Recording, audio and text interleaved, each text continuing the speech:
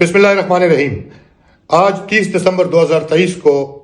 پاکستان تحریک انصاف کوہاٹ کے تقریباً تمام امیدواران کے کاغذات نامزدگی مسترد کیے گئے ہیں۔ کاغذات نامزدگی تو ہم ٹریبیونل سے منظور کروا لیں گے، لیکن ہماری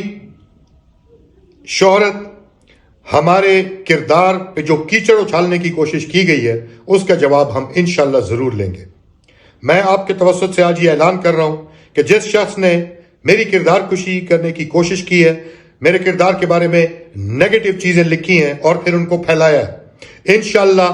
آج اپنے وکیل کے ذریعے 10 کروڑ ہرجانے کا نوٹس میں اس کو بھیج رہا ہوں اور انشاءاللہ ہم ان کو عدالتوں میں گھسیٹیں گے۔ دوسری بات،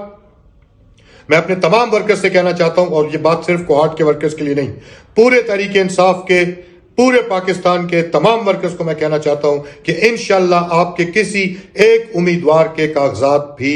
رہیں گے نہیں، سارے کے سارے ٹریبیونل سے منظور ہوں گے، کیونکہ جو اعتراضات انہوں نے لگائے ہیں اور جس وجوہات کی بنا پر انہوں نے کاغذات ریجیکٹ کیے ہیں وہ انتہائی فریولس اور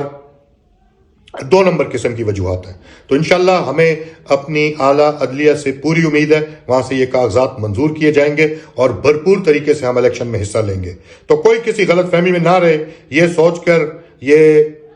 وہ لوگ جو اس وجہ سے آج خوش ہیں کہ تحریک انصاف کے امیدوار باہر ہو گئے، تحریک انصاف کے امیدوار کہیں بھی نہیں جائے، آپ کے لیے میدان میں کھڑے ہوئے ملیں گے آپ کو، اور انشاءاللہ 2/3 سے یہ اکثریت جیت کر دکھائیں گے۔ کسی کو مایوس ہونے کی ضرورت نہیں ہے، انشاءاللہ اللہ آپ کا مددگار ہو۔ بہت شکریہ۔